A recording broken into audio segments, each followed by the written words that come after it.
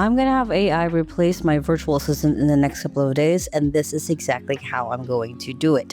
So I just came from an AI marketing summit in Phuket, and one of the things that they always talked about is like, this is how you automate things, this is how you build things. And as someone who is both an AI consultant who has taught other people how to do this, and also someone who has run a virtual assistant agency the last 7 years, I thought, why not? Why not go into the process of actually replacing my virtual assistant, my amazing executive assistant, Honey, and seeing how far I can go in replacing everything that she does inside of my business with AI. And I'm going to do all of this live on camera so you can see what breaks, what works. And I'll even bring on my executive assistant onto some of the videos so she can see how much AI is kicking her butt. Now, I have been hiring and managing executive assistants for a lot of our clients for years. So I know what are the top things that a lot of our clients are looking to delegate right away, and what are the things that these executive assistants are really good at, and honestly, where AI can come in. And so this is essentially the question I am looking to answer in all of these videos, is to find essentially what are the things that you can absolutely replace your assistant in doing, and what are things that maybe AI just isn't far enough just yet. So what we're going to actually go ahead and test what are these tasks that we're going to replace. The first couple of ones are the ones that are really core to the things that my assistant are doing in the day-to-day. Any recurring tasks, the daily, weekly, monthly tasks, basically things that I would typically tell you to delegate to a virtual assistant. We are going to automate with AI the tasks that my virtual assistant is currently doing. We're going to cover inbox triage, calendar management, client follow-ups, and even onboarding if we could, creating setup and procedures, and of course, a little bit of project management. We're going to be testing out 3 different tools. We're going to test out OpenClaw, Claude, and ChatGPT. Now, I have used ChatGPT for years. A few months ago, I broke up with it to use Claude.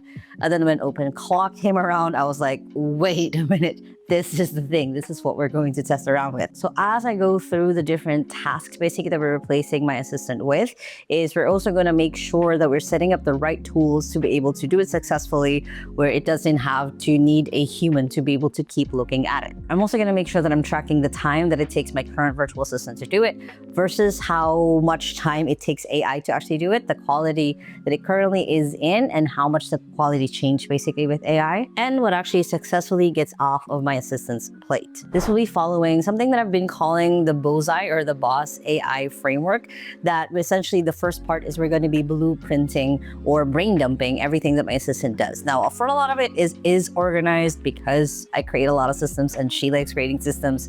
It's basically making sure that we have everything that she's doing in front of us. So that's blueprinting. O of BOSAI is essentially organizing it, making sure that it makes sense even from an outside point of view. S is Systematize, basically building out the SOP, templates, and assets. We might skip all of this, to be honest, because my assistant is really good at taking down things, but there might be a few things that I'll find that she wasn't able to document just yet. The A is essentially deciding whether you want to automate or delegate. Is this task essentially something that a human should still do? Or yeah, AI is so much better at being able to get this done. Finally, the I is integrate and iterate, which is basically making sure that it is now the thing, a process moving forward. It wasn't just an idea, we're actually taking action with it.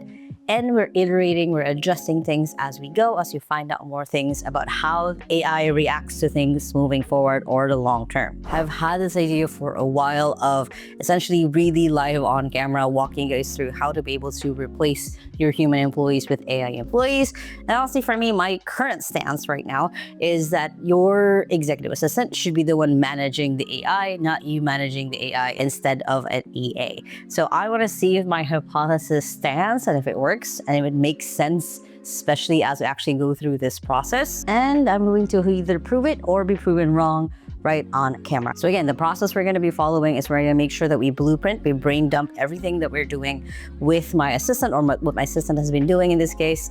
The O is organizing that data. S is systematizing. A is deciding whether this should be automated or delegated. And I is essentially integrating it and iterating it as needed. And if you guys like this idea, make sure to hit the thumbs up button right there. Comment below what should be focused tasks that I should be replacing my assistant to do with first. I already have some idea, but I would love to know your input. And if you want to come along the journey and you still haven't yet, make sure to hit the subscribe button right there so you don't miss any of my videos every Thursday on how to grow a business, especially with AI. And if you are hiring your own executive assistant anyway, I do have a whole channel of content for them right here. And you can check out my latest video right here. I hope you guys have an amazing and fantastic day. And remember that small steps matters. And I'll see you in the next video. Bye.